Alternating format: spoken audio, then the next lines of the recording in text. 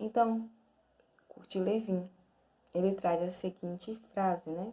Frase não, parágrafo.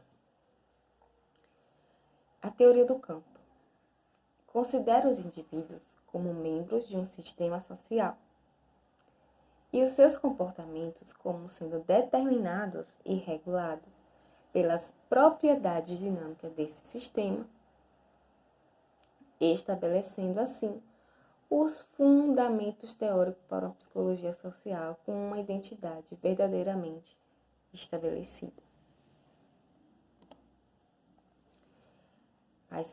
Mais outro parágrafo, ele descreve os processos psicológicos implicados na obtenção, uso, armazenamento e modificação do conhecimento acerca do mundo e das pessoas. Então, essa relação dos processos psicológicos dentro da relação da pessoa com o mundo e com as pessoas. Então, as pessoas desenvolvem estruturas psicológicas de conhecimento, que são as estruturas cognitivas, tais como suas crenças, suas opiniões, expectativas, hipóteses, teoria e esquemas, que usam para interpretar os estímulos de maneira seletiva, ou seja, os estímulos que nós temos que nós vemos durante o dia a dia, durante as nossas relações com os humanos, e que suas reações são mediadas por estas interpretações. Então, nós temos a perspectiva cognitivista de que o processo psicológico da pessoa, ele influencia nessa leitura de mundo, na interpretação, nessa estimulação que nós temos, nessa interação social.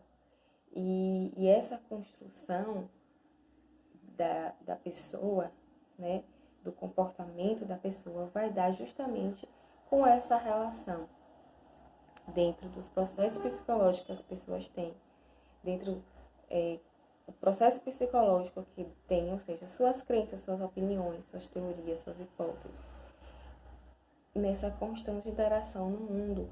Então, isso vai construindo e desconstruindo a sociedade, as pessoas, as famílias. Essa perspectiva cognitivista do comportamento, da psicologia social. O outro importante fator que ajudou, nós vimos que foi a perspectiva cognitivista, mas a experimentação em laboratório, que, ou seja, antes não se tem como, na verdade, descrever o comportamento no real social. Não tem como a gente descrever o comportamento das pessoas no real social, porque ela está o tempo todo se interagindo, né? E cada contexto, ela vai ter uma reação diferente. Mas aí, as experimentações laboratoriais começaram a ser aplicadas dentro do comportamento das pessoas. Justamente, principalmente quando surgiu o conceito de atitude, que começou a se aplicar as escalas e trazer, né, os questionamentos sobre como se dá o processo de preconceito e trazer estudos e prática de investigação. E aí permite, né, os laboratórios a investigar, né, desenvolver ideias conceituais, definindo hipóteses que podem servir de ponto de partida. Então, trazer a psicologia, né, e a psicologia social para dentro dos laboratórios, para se estudar o comportamento humano, né, nessa perspectiva social de grupos, foi muito importante, porque essa experimentação em laboratório que vai dar a base para que haja seja comprovado a fiabilidade, né, científica da psicologia social. Ou seja, que tudo que é construído teoricamente da psicologia social realmente represente e tudo que é construído na psicologia social, teoricamente, realmente é algo que se veja na prática. Então, se a psicologia social ela tem uma visão, um objeto, as interações sociais, então tudo que eu construo teoricamente a respeito das interações sociais tem que ser aplicada na prática, se realmente acontece, para que o que é teórico tenha confiabilidade e confiabilidade, que se chama fiável, e tenha valor dentro do mundo científico. Então, no andar da evolução, se tem a Segunda Guerra Mundial e o desenvolvimento da investigação em psicologia social. Então, ela se evolui como uma ciência aplicada. E dentro da Segunda Guerra Mundial, o conflito bélico, ele proporcionou um crescimento da psicologia social, uma evolução. Ela possibilitou os meios, que foi que os cientistas europeus emigraram para a América e encontraram liberdade pessoal, situação social, cultural e economia favorável à investigação do desenvolvimento científico. Então, foi o meio desse conflito, né? Proporcionar aos cientistas europeus e a necessidade para os estudos, que foi o impacto social da guerra na consideração relevante para o esforço bélico. Qual o impacto na verdade, quais são os impactos de uma guerra dentro de uma sociedade? E nesse sentido, se tinha o conflito bélico da época, o conflito armamentista, eles estudavam como esse impacto social era relevante para o esforço bélico, que fazia com que mais os países, né, e no qual as pessoas que estavam nos países se esforçavam tanto para poder, dentro do conflito, ver quem vencia esse conflito.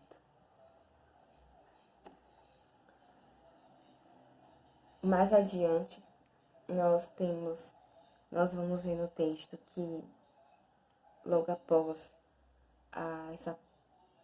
essa evolução até a Segunda Guerra Mundial, nós vamos ver que a psicologia social, ela volta com essa construção dela, dessa perspectiva cognitivista, de juntar a relação do ser humano com suas crenças, com suas ideias, com sua cultura, junto com o social, os fatores sociais, a perspectiva da sociologia, unidas para se analisar a interação social.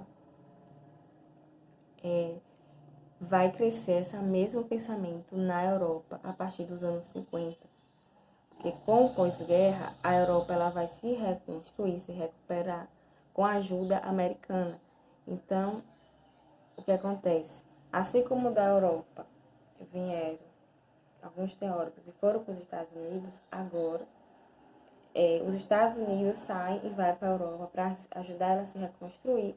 E nesse sentido, esses que saem dos Estados Unidos para ajudar na reconstrução da Europa, traz a nova visão de psicologia social. E aí, a primeira Conferência Europeia de Psicologia Social Experimental foi um momento importante, em que se pôde falar de uma psicologia social europeia em 1963. Nos anos 80, a psicologia social europeia já ganhou confiança e reconhecimento internacional, que permitiu a instituição como área científica. Então, nós vemos que demorou um pouco na Europa, por mais que saísse de lá sementes, para que a psicologia social na Europa ganhasse confiabilidade científica. Já no Brasil, a psicologia social no Brasil, ela vai ter influência norte-americana, porque um professor chamado Otto Klinenberg, que introduziu a psicologia social na USP nos anos 50, ele estudava nos Estados Unidos, então ele pegou toda essa construção da psicologia social como ciência. Então ele retorna para o Brasil e dentro da USP ele começa a introduzir a psicologia social, né, no Brasil. Depois dessa introdução da psicologia social na USP, começou-se a organizar encontros de psicologia social para discutir o que eles, com teóricos brasileiros, vinham construindo sobre, logicamente, influenciado pela a influência norte-americana.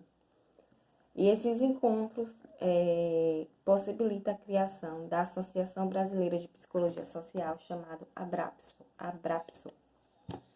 Então, a preocupação da Abrapso e desses encontros era justamente que a psicologia ela estava muito reduzida à universidade, à formação em psicologia, à indústria, ou seja, o trabalho do psicólogo na indústria, nessa época de industrialização. Então, foi um campo de atuação. E na opinião pública, né? Então, a psicologia dentro da politização, qual era a influência da psicologia, o que ela contribuía como opinião pública dos acontecimentos sociais da época. E um outro ponto era a psicologia social, que não se dispõe a defender tais interesses, resta o confinamento às universidades ou instituições afins diante da ausência de oportunidade para uma ação concreta transbordadora junto à comunidade.